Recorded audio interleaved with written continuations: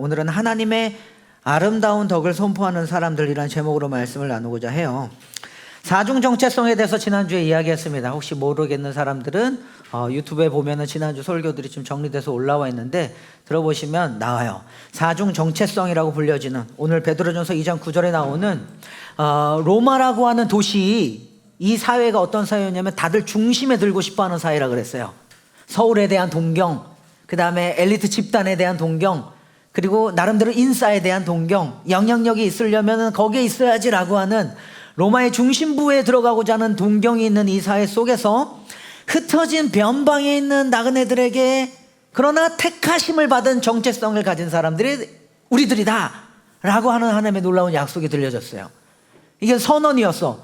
너희는 그 변두리에 좌천된 사람들이 아니라, 그 끄트머리로 쫓겨난 사람들, 밀려난 사람들이 아니라 하나님의 약속 안에서 보면 우리는 택함 받은 사람들이고 왕이 거하시는 나라의 백성들이고 제사장들이고 거룩한 민족이고 하나님의 소유가 된 백성이다 라고 하는 놀라운 약속, 이 네 가지 사중의 정체성이라고 하는 것이 저 여러분들의 귓가에 좀 들려졌습니다.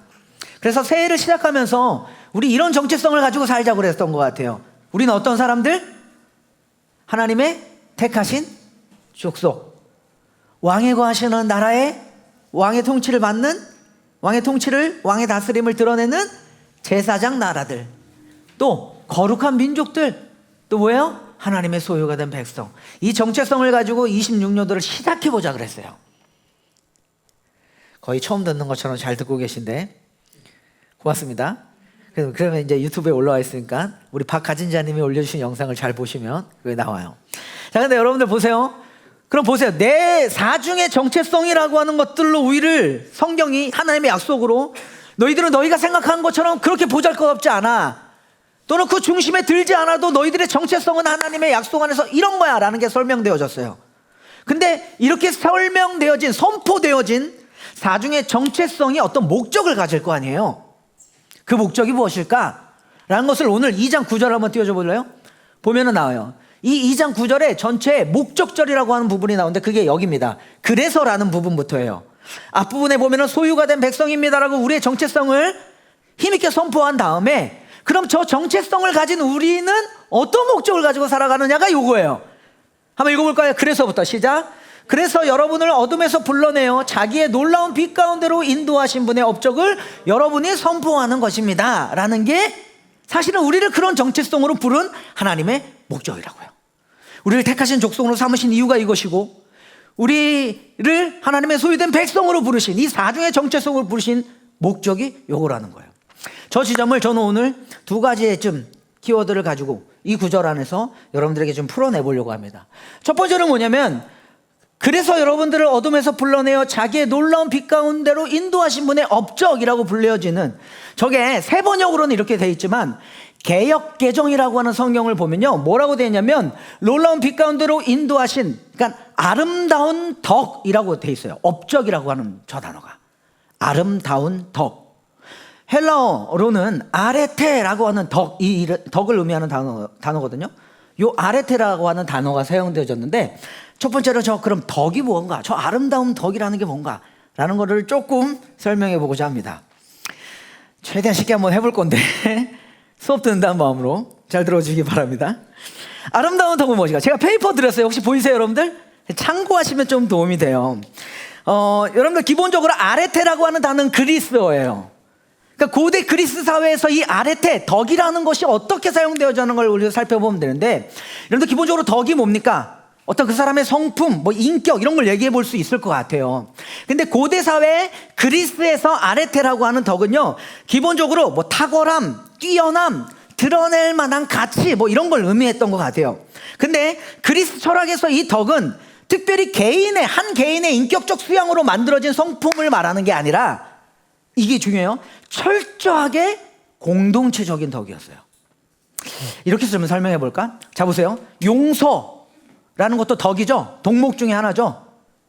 용서를 배우려면 여러분들 한 개인이 혼자서 용서를 배울 수 있어요? 용서라는 덕목을 배우려면 뭐가 필요해? 타인이 필요해요. 무슨 말이야? 공동체가 필요하다라는 거예요. 그러니까 기본적으로 덕이라는 게 고대 그리스 안에서는 함께 이 덕이라는 것을 내가 배우려면 함께할 공동체가 필요했는데, 그럼 보세요. 용서라고 하는 이 덕목이 시심이라는 공동체에서 의미하는 용서와 그 다음에 우리 말고 다른 타 문화권에서 만들어진 용서의 개념이 같을까요, 다를까요? 같을 수도 있고 다를 수도 있죠. 근데 상당히 다를 확률이 커요. 그러니까 그 공동체가 가지고 있는 일종의 건강 기준이 있거든.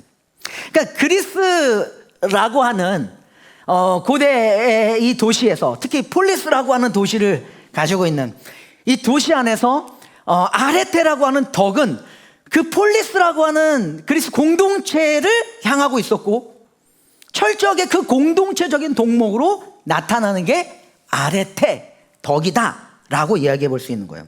아직은 이제 뭔 소리인지 모를까요? 이걸 좀 더 좀 쉽게 설명을 해드려 볼게요. 실제적으로 이 아레테라고 하는 덕이 고대 그리스 안에서 공동체 안에서 그 목적을 이루었는데, 폴리스라고 하는 이 도시 공동체를 향하고 있는 게 아레테였어요. 예를 들면은 공적인 삶에 참여하는 사람은 덕이 있는 사람이에요. 이게 무슨 말이냐면 폴리스라고 하는 이 도시가 에우다오모니아라고 하는 헬라어가 하나 있어요. 이게 잘 산다, 잘 삶 이런 걸 얘기하거든요. 그러니까 이게 폴리스라고 하는 게 여러분들 도시로 알고 있죠.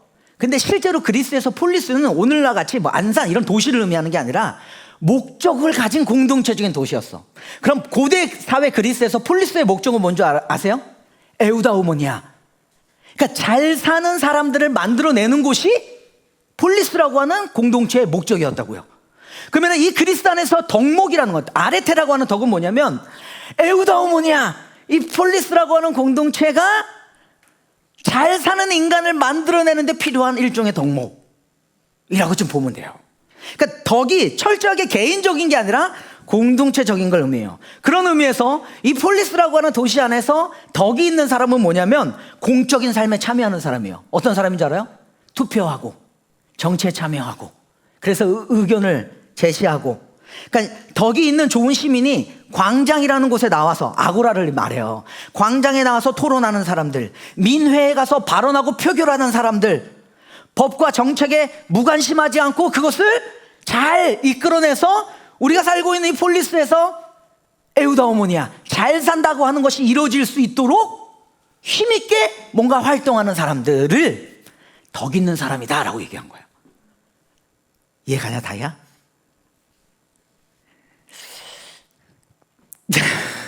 괜찮아요? 내가 고민을 많이 했거든. 이걸 이해할까? 그럼 따라와 봅시다. 자, 보세요. 그러면 다른 예를 들어볼게. 공적인 삶이라고 하는 이 시민 정치에 참여하는 사람이 덕 있는 사람이라고 그랬지. 그럼 요것도 덕 있는 사람이 어떤 사람이냐면 공동체 질서를 잘 지키는 사람도 덕 있는 사람이에요. 이것도 공동체적이지, 덕이. 한 개인이 자기 혼자 잘 사는 걸 말하는 게 아니라 폴리스라고 하는 이 도시가 세운 공동체적 질서가 있을 거 아니에요. 함께 세운 약속이 있을 거 아니야. 그 약속을 잘 지키는 사람이 덕 있는 사람이었어요. 특별히 예를 들어서 이런 거 보면 알 수 있어요. 거기 페이퍼에도 써놨는데, 공동체의 질서를 잘 지키는 사람 중에 고대 이 폴리스라는 도시에서 전쟁이 일어나잖아요. 그러면 일단 직업군인들이 있을 거 아니야. 근데 직업군인들 말고 시민 용병들이 있었어요. 그 사람들을 뭐라고 표현하면 호플리테스라고 그랬거든. 거기 써놨어요. 호플리테스라고 하는 이 사람들은 직업군인이 아니라 전쟁 시에 참여하는 시민들이었어. 무장한 시민 병사를 말했어요. 그래서 그 영화 300 같은 거 혹시 본 적 있나 모르겠네. 그리스 군인들을 보면 왼쪽에 원형 방패가 있고 오른손에 칼과 창을 들고 있어. 딱 이렇게. 근데 이 사람들이 직업군인이 아니라 전쟁이 나면 자발적으로 참여하는 시민 용병들인 거예요. 그들은 농부였고 장인이었고 상인 같은 평범한 시민들인데, 전쟁이 나기 시작하면 각자 자기 자비로 이런 무기들을 갖춰서 무장을 하고 자비로 자신의 폴리스라고 하는 이 도시 공동체를 지키기 위해 전쟁에 나선 거예요. 이걸 덕 있다고 얘기한 거야. 이쯤 이해가지? 그러니까 이 덕이 혼자 개인으로 지켜서 막 용감하게 자기를 지켜내는 걸 덕 있다고 말하는 게 아니라, 폴리스라고 하는 이 도시 공동체를 지키기 위해서 자발적으로 참여한 사람들, 이걸 아레테라고 불렀다고요. 특별히 그러다 보니까 이들이 싸우는 방식에서도 이 덕목이 나와요. 여기서 용기라는 걸 얘기해 볼 수 있어. 용기라는 덕을. 어떤 거냐면 아까 말한 호플리테스들이 이제 시민 병사들이잖아요. 전쟁을 치르다 보면 진열을 갖춰. 영화 300에서도 보면 막 진영을 갖추잖아요. 다 같이 이렇게 방패를 딱 둘러싸고 있고 밀집된 사각형 모양으로 딱 모여서 방패 딱 맞고 창으로 딱 뭐 찌르고 방패 딱 맞고 칼로 싸우고 이런 거 있죠. 그러다 보니까 이렇게 공동체적인 이 전쟁에 참여하는데 이미 이 안에 용기라는 덕목이 어떻게 되냐면 왼손에 든 방패로 자기만 보호하는 게 아니라 옆에 사람을 보호해 주는 게 덕이야. 그리고 그때 칼을 빼서 같이 막아 싸우지만 내가 혼자서 용맹한 척 용감함을 드러내는 게 덕이 아니라, 그런 개인의 용기를 덕이라고 얘기하는 게 아니라 옆에 타인을 위해서 희생하고 지켜주고 인내하고 버티고 참으면서 이 진영이 흐트러지지 않도록 지켜내는 게 덕이었다고요. 아레테의 의미예요. 이쯤도 이해 가지? 그럼 무슨 말이야? 철저하게 그리스 사회에서의 아레테라고 하는 덕은 개인적인 것이 아니라 공동체적이었다 라고 이야기해 볼 수 있는 거예요. 아름다운 덕을 선포한다 그랬는데, 그리스 사회에서의 아레테가 있는 사람은 이 폴리스라고 하는 공동체가 가지고 있는 목적과 기대하는 역할에 충실한 사람이 덕이 있는 사람이다 라고 좀 정리해 볼 수 있는 거예요. 공동체에 합당한 시민이 되는 게 아레테의 목적이었어요. 그럼 뭐예요, 여러분들? 제가 페이퍼에도 그렇게 써놨는데 이 그리스에서의 아레테라고 하는 덕의 주체는 그런 의미에서 훈련된 시민이야. 이 공동체를 위해서 공동체의 가치를 알고 공동체의 비전을 알고 공동체를 지키기 위해서, 폴리스라고 하는 공동체를 지키기 위해서 자신의 생각과 마음과 삶이 훈련되어진 사람들을 덕 있는 사람, 그 덕의 주체가 훈련된 시민이라고 얘기해 볼 수 있는 거예요. 자, 근데 오늘 베드로전서 2장 9절에 쓰여진 배경은 뭐냐면 로마 시대입니다. 여러분들 아시겠지만 로마는 뭐 위에 세워졌냐면, 이 로마를 세운 사람들은 그리스 철학자들을 동경했고 그리스의 이 사상들을 동경했어요. 그래서 아레테라고 하는 이 가치와 이 폴리스적인 이런 그 고대 그리스가 가지고 있던 가치들을 그대로 가지고 옵니다. 로마 제국이 가지고 와서 자신들의 것으로 변형해서 새롭게 구성해서 만들어내요. 그럼 로마 시대 때 아레테는, 이 베드로전서가 쓰여졌던 그 당시의 아레테는 어떤 의미였을까요? 원래 이 아레테라는 단어는 헬라어잖아. 근데 로마 시대 때는 헬라어도 사용됐지만 라틴어도 쓰고 있었어요. 라틴어로 덕이라고 하는 아레테를 좀 대체할 만한 단어가 뭐냐면 비르투스라고 하는 라틴어예요. 미안해, 오늘 어려운 말 많이 해. 그냥 대충 들어요. 그냥 듣고 넘겨. 비르투스는 뭐 전사, 용맹함 뭐 이런 걸 의미해요.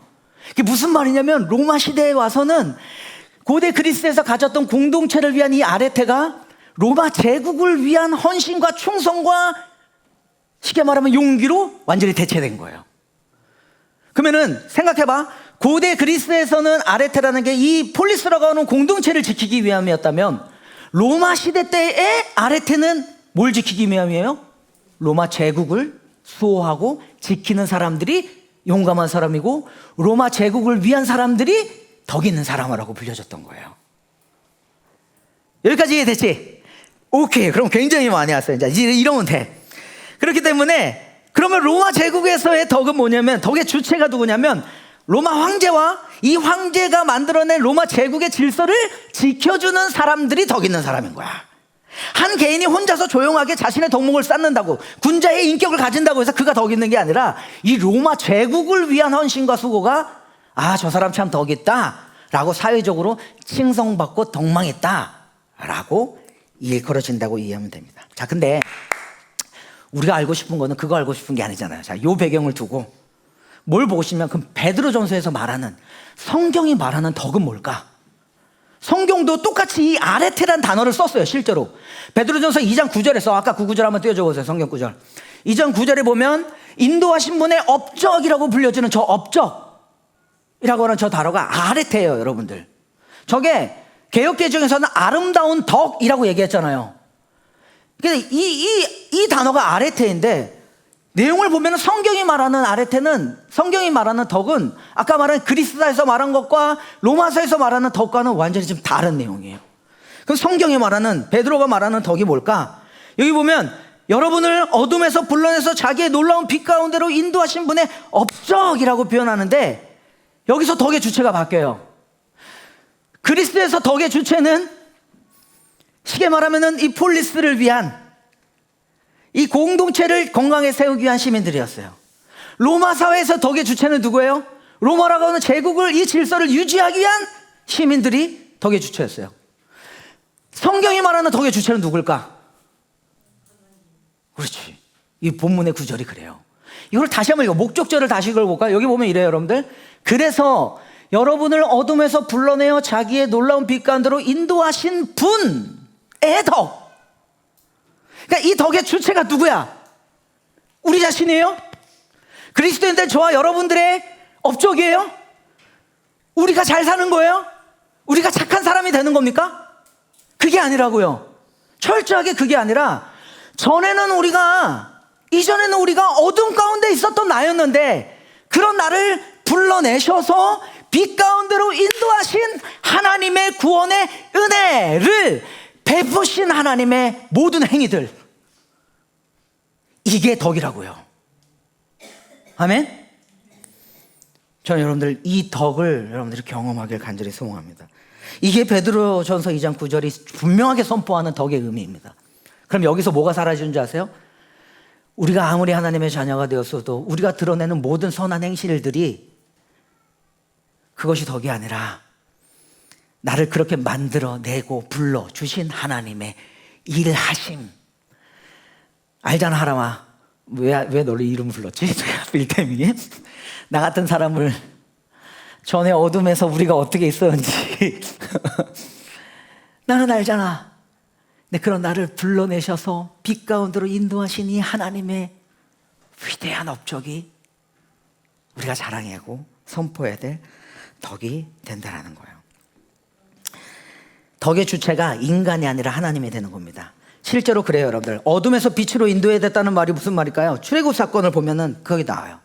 출애굽의 의미가 이스라엘 백성들을 이집트에서 구원해낸 의미가 성경은 이렇게 묘사해요. 어둠에서 너희를 빛으로 인도했다, 이런 표현이에요. 실제로 한 인간이 어둠 가운데 있다가 빛으로 인도되어진 것을 성경은 많이 표현합니다. 이사야 9장 2절 말씀 한번 띄워주시겠어요? 같이 한번 크게 읽어봅시다. 시작. 흑암에 행하던 백성이 큰 빛을 보고 사망의 그늘질 땅에 거주하던 자에게 빛이 비춰졌도다. 여러분들 읽어보세요. 그러니까 전에 흑암에 행하던 백성이 큰 빛을 보았다. 어둠 가운데 살았던 우리들의 삶을 생각해 보라고요. 소망 없는 삶이었고 내 인생의 주인이 누구인지도 몰랐던 삶이었고 하나님을 표면적으로 알지 모르겠지만 그 하나님이 내 인생의 왕이 되어서 내 인생의 주인이 되어서 나를 온전히 통치하던 시기도 아니었어요. 그러다 보니까 삶의 의미와 목적을 잃어요. 우리가 가끔 길냥이들을 불러 모아서 길 잃은 고양이들의 품이라고 얘기하지만 어떻게 보면 그들의 삶이 어둠과 같았기 때문에. 왜요? 단순히 그냥 방황하는 청소년이기 때문에 성경은 그렇게 말하지 않는다고요. 하나님이 주인이 되시지 않았기 때문에 우리의 존재 자체가 존재의 목적과 인생의 의미를 잃은 채 어둠 가운데 던져졌다고 하는 우리의 실체를 드러내 보이는 하나님의 말씀이라고요. 전에는 너희가 어둠이었다. 왜요? 하나님과 아무 관계가 없는 사람이었다. 그런데 그런 저와 여러분들을 흑암에 행하던 이 백성들이 큰 빛을 보았대요. 사망의 그늘진 땅에 거주하던 자에게 빛이 비춰졌대요. 이거를 골로새서 1장 13절에 이렇게도 해석합니다. 같은 표현이에요. 같이 읽어볼까요? 함께 있습니다. 시작. 그가 우리를 흑암의 권세에서 건져내사 그의 사랑의 아들의 나라로 옮기셨느니. 그럼 보세요. 이거 누가 하신 일입니까? 누가 하신 일이에요? 하나님이 하신 일이에요. 이게 덕이라고요. 그럼 하나 더 여러분들 보세요. 이건 쉽습니다. 하나님이 행하신 이 일들, 하나님이 저와 여러분들을 어떻게 어둠에서 빛으로 옮기셨죠? 어떻게? 그렇지. 자기를 내어주심으로 자기 자신을 죽여가시면서 십자가의 사랑에서 우리를 드러내시면서. 와, 아까 우리 주영이가 기도하는데 십자가라는 이름을 붙잡고 눈물을 흘리면서 하나님의 그 사랑을 붙잡고 선포하는 고백들이 여러분들 너무 간절해요. 보니까 몇몇 사람들은 쏟아내면서 아는 거예요. 하나님의 은혜가 아니고선 내 인생을 설명할 길이 없는데, 내 방황하는 인생이 주님을 만나서 그리스도의 십자가를 경험해서 빛 가운데로 인도되어졌는데, 그러니까 우리가 드러내는 게 뭐냐면 이 지점이에요. 십자가에서 나타나신 하나님의 사랑과 은혜인 거죠. 그래서 여러분들 이 십자가의 방식 자체가 하나님의 아름다운 덕이었다라고 설명해 볼 수 있어요. 한 번 더 베드로전서 2장 10절입니다. 우리가 아까 9절을 읽었잖아요. 10절도 바로 아까 그 목적절에 붙어서 이런 구절들이 붙어 있어요. 해설이 이래요. 같이 읽어봅시다. 시작. 여러분이 전에는 하나님의 백성이 아니었으나, 이게 흑암이야, 이게 어둠이야. 전에는 여러분들이 하나님의 백성이 아니었으나, 근데 지금은 뭐라고요? 하나님의 백성이요. 어떻게 그렇게 될 수 있었다고요? 하나님께서 아들을 세상에 보내주셔서 십자가에 죽게 하시고 부활하심으로 말미암아 이 일이 우리에게 이루어진 거예요. 전에는 내가 하나님과 상관없는 사람이었는데, 하나님의 백성이 아니었는데, 이제 내가 그 십자가의 사랑 안에서 하나님의 자녀가 되었구나 라는 거라고요. 베드로는 이걸 선포하는 거예요. 뭐와 함께? 아름다운 업적이라는 것을 이렇게 소개하는 거예요. 또 하나, 그 다음에 전에는 자비를 입지 못한 사람이었으나, 하나님의 긍휼하심이라고 개역개적인 표현이에요. 하나님의 긍휼을 입지 못하는 사람이었지만 지금 저와 여러분들은 하나님의 자비를, 긍휼을 입은 사람입니다. 이 긍휼은 뭐예요? 역시 그것도 십자가예요. 이게 무슨 말이냐면 십자가의 방식 자체가 하나님의 아름다운 덕이었다고요. 아멘.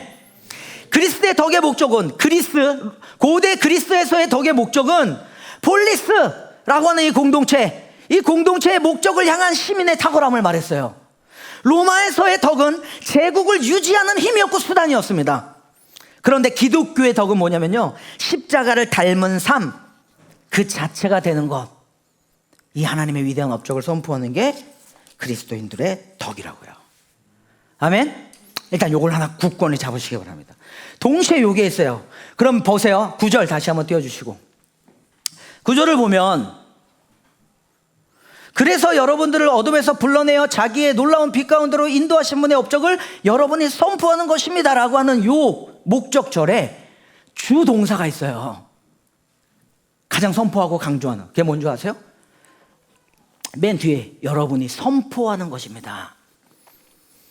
그러니까 사중의 정체성을 가진 우리가 선포하며 살라는 게 핵심이에요. 뭘 선포해요? 앞에 있는 하나님의 나를 위해 행하신 위대한 일들을 선포하며 살아라. 근데 저기서 나오는 선포하게 하려 하심이라고 하는, 선포하다는 저 단어가 엑상게레테라고 하는 헬라어 단어입니다. 오늘 헬라어 좀 많이 써요. 미안해. 엑상게레테라는 단어예요.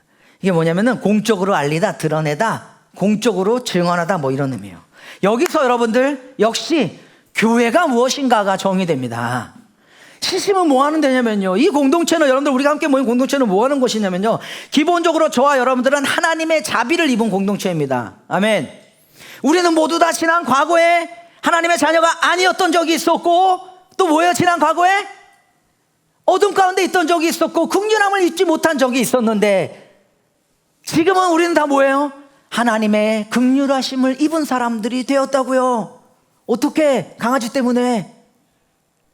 저마다 있어요. 어떻게? 그런 도구들을 통해서, 친구의 전도로 인해서, 어떻게 내가 질병을 갖고, 어떻게 죽을 뻔한 일이 있다가, 사업의 문제, 관계의 문제, 여러 가지 어려움들이 있었을 때 마치 그 모든 어려운 상황이 나에게 흑암과 같았는데, 그런데 하나님의 은혜로, 하나님의 긍휼하심으로 우리를 불러주셔서 빛 가운데로 인도하셨다고요. 교회는 기본적으로 이 자비를 입은 공동체입니다. 그래서 이 자비를 입은 공동체로서 어둠에서 빛으로 부르신 하나님의 아름다운 행위를, 나에게 베푸신 구원의 그 아름다운 행위를 말과 삶으로 증언하도록 부름받은 공동체가 교회다라는 게 선포하게 하려 함이라. 엑상게이르테라는 말의 의미라고요. 그러니까 시심 이런 거예요.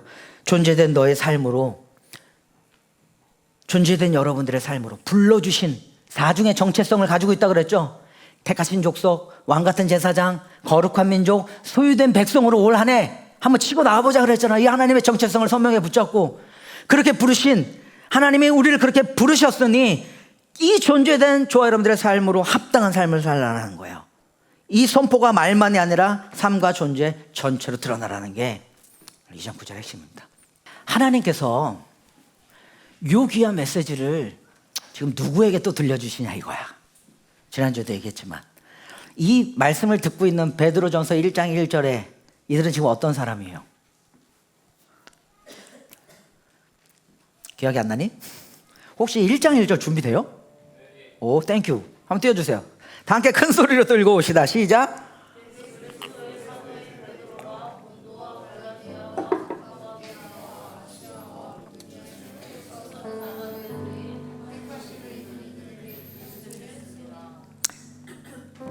그러니까 변방에 있는 흩어진 나그네 같은 사람들, 별 볼 일 없는 사람들.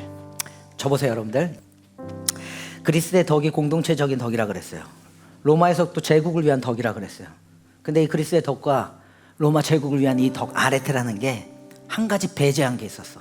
뭔지 알아요? 이 덕은 모든 사람에게 공평하게 배분되는 게 아니었어요.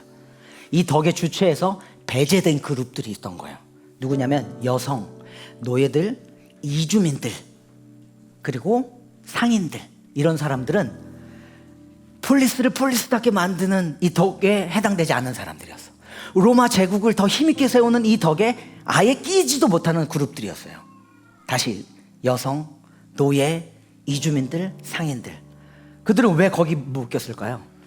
이 덕의 주체에 해당되지 않는 아웃사이더들이었다고요. 이들이 아무리 노력해도 폴리스를 더 폴리스답게 만들지 못하는 사람들이었어요. 이들이 아무리 노력해도 로마의 이 팍스 로마나라고 하는 이 로마의 평화를 만들 수 없는 사람들이 이 사람들이었다고요. 왠 줄 아세요? 예를 들어 이런 거예요.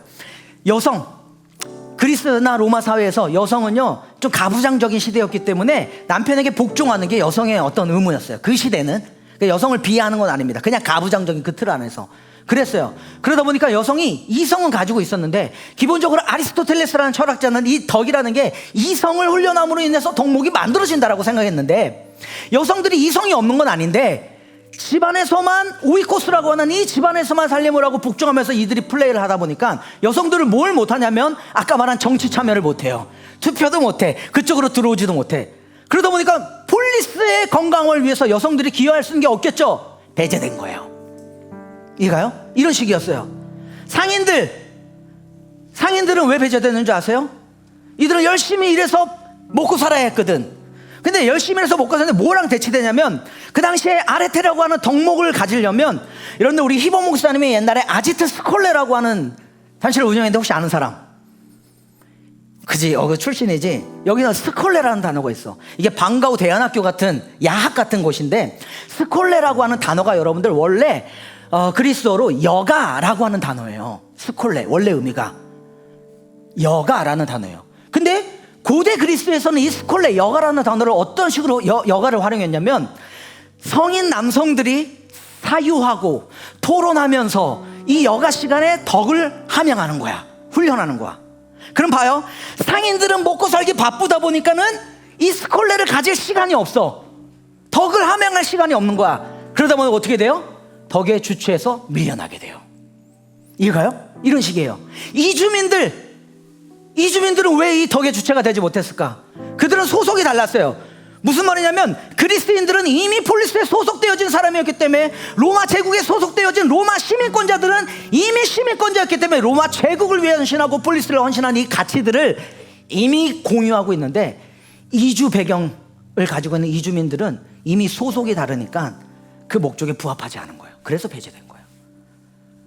노예는 아예 이성이 없다고 생각했어요. 그 그러니까 이성을 인지만 할 수 있지, 그 자연적 노예라는 어려운 개념이 있어. 그냥 제껴봅시다. 아무튼 이래요. 이게 그리스에서도 그렇고 로마에서도 마찬가지고 이 덕의 주체에서 배제된 사람입니다. 근데 봐 얘들아, 2장 9절에서 다시 한번 띄워줘봐요. 이 설교 어렵나? 내게 많이 꼬았나? 나 걱정 많이 하긴 했거든. 근데 좀 여러분들 잘 이해하면 이 본문의 진짜 의미를 알아요. 2장 9절에 보면은 베드로는요, 누구에게 이 아레테, 여러분들이 이 아레테를 선포할 수 있는 사람들입니다 라고 선언했냐면, 누구라고요? 흩어진 사람들, 변방에 있는 사람들, 기독교 공동체 안에 노예이고 이주민이고, 그 다음에 거기 나오는 그 변방에 갈라디아, 갑바도기아, 비두니아, 이 흩어진 나그네들과 같은 시민권도 없는 이 이름 없는 사람들에게, 얘들아 너희가 하나님의 아름다운 덕을 선포할 수 있어라는 이 선언이라고요. 이게 로마 제국에서는 얼마나 공격적으로 들렸는 줄 아세요? 니들이 뭔데 덕을 선포해? 니들이 뭔데 이 로마 시민권자도 되지 않은 너희들이 무슨 로마의 평화를 위해 헌신하겠다는 거야? 이게 이렇게 들린다고요. 주제넘는 소리 하지 마. 이해가세요? 근데 그때 하나님의 선포, 이 위대한 선포가 그거예요. 여러분들 이게 어떻게 들리냐면 오늘날 대한민국 사회에서 그런 거예요. 대한민국을 아름답게 만든 사람들은 누구입니까? 법적인 자들이에요. 서울의 중심에서 내노라는 기업을 세운 그 많은 자본으로 대한민국을 아름답게 만들 수 있는 거예요. 저한테 성경에 그런 거 있으면 좀 가지고 와봐요. 어마어마한 돈을 투자해가지고선 진짜 이상적인 아름다운 하나님의 덕이 선포되어지는 그곳을 만들 수 있는 게 성경에 있으면 좀 가지고 와봐요, 제발. 성경의 방식은 이거예요. 그게 아니라 이 십자가를 몸에 진, 그래서 우리 희봉사님과 함께 자주 얘기하는, 우리가 합쳐져서 얘기했던, 여러분들 우리 효율을 따지지 맙시다. 말도 안 되는 비효율적인 방식으로 자신의 것을 나누면서 이 고난의 길을 함께 짊어지고 가는 사람들, 근데 그것이 하나님의 은혜임을 고백하면서 하나님의 아름다운 업적을 선포하는 사람들을 통해서 하나님의 영광 받으신다고요. 이게 구절의 의미예요. 하나만 얘기하고 마칠게요. 여러분들 지난주에 아까 우리 그 민규의 눈물 기억나죠? 하는 그 옛 눈물이 가고 새로운 눈물이 나타난 것 같아, 그지? 근데 여러분들 우리 완일 지사님이 오전에 다녀오셨어요. 오늘 첫 예배를 드렸습니다. 넥스트 홈이 자리준비 청년들과 함께. 근데 혹시 그거 아세요? 유현우라고 하는 우리 현우가 시심에 처음 왔을 때, 현우가 여러분들 어떻게 예수님을 믿게 된 줄 아세요? 영국에서 유학을 하고 있는데 유학생 시절이에요. 자기가 비 오는 그 영국의 축축한 가봐서 알잖아, 그지? 근데 햄버거를 하나 사 먹으려고 사놓고서는 자기가 딱 먹으려고 진짜 한 끼 식사였어요. 가지고 있는데 노숙인이 있다며, 거기에 그 길가에 있는 노숙자가 보이는 거예요. 근데 그가 이 햄버거를 달래는 거야. 그러니까 현우가 나름대로 유학생이고 뭐 돈이 많아서 간 것도 아니고 이거 가지고서는 한 끼를 버티려고 그랬는데, 이 노숙자가 이걸 달라고 하니까, 노숙인이 달라고 하니까 현우가 어떻게 했냐면 줘야겠다 싶어서 그걸 다 줬대요. 그리고 자기는 굶은 거예요. 어떻게 됐을까? 몸은 굶주리고 육신은 지칠 수 있는데 마음이 부요한 거예요. 그렇게 하나님을 만났어요. 여러분들 이게 무슨 얘기냐면, 저는 확신합니다. 세계적인 부자가 되었다 그래서 그가 하나님의 나라를 절대 세울 수 있는 거 아니에요, 여러분들. 그걸 자기 업적인 것처럼 자랑한다고 주님의 나라가 세워지지도 않습니다. 진짜 착각하지 마세요. 하나님의 나라는 하나님의 방식으로 하나님이 세우세요. 그게 뭔지 아세요? 십자가의 방법이라고요. 그 덕의 주체에 해당되지도 않고 있는 변방에 있는 사람들에게 이걸 선포한 이유는, 없잖아요, 목사님 저는 드릴 게 없는데요. 아니, 그 가운데서도 십자가를 사랑하는 사람들이 자기 것을 쪼개서 나누고, 반을 쪼개주는 게 아니라, 이 햄버거 반을 잘라주는 게 아니라 다 주고 자기가 굶더라도 그 길을 걸어가면서 전혀 다른 차원의 덕이라고 하는 것을 드러내면서 하는 거예요. 하나님의 나라는 이 방식으로 세워집니다. 2026년도 우리는 부르심을 따라 세상을 품기로 했어요. 그때 여러분들 뭘 자랑할 거예요? 목사님 저는 이런 헌신했고요, 이렇게 착하게 살고 있고요, 옆에 있는 이런 사람을 도우면서 가고 있어요 라는 이야기들을 우리가 만들어갈 수 있을지 모르겠어요. 어떤 사업을 하고 있고요, 어떤 비즈니스가 있고요, 그 다음에 나름대로 이런 선한 일들을 우리가 하고 있습니다. 그게 아니라고요, 여러분들. 그게 아니라 나는 이전에 어둠에 있던 죄인이었는데 나 같은 사람을 구원하셔서 하나님의 은혜로 불러주신 이분의 아름다우심이 우리의 자랑입니다 라는 게 우리가 붙들어야 될 신앙의 고백이 되길 바란다고요.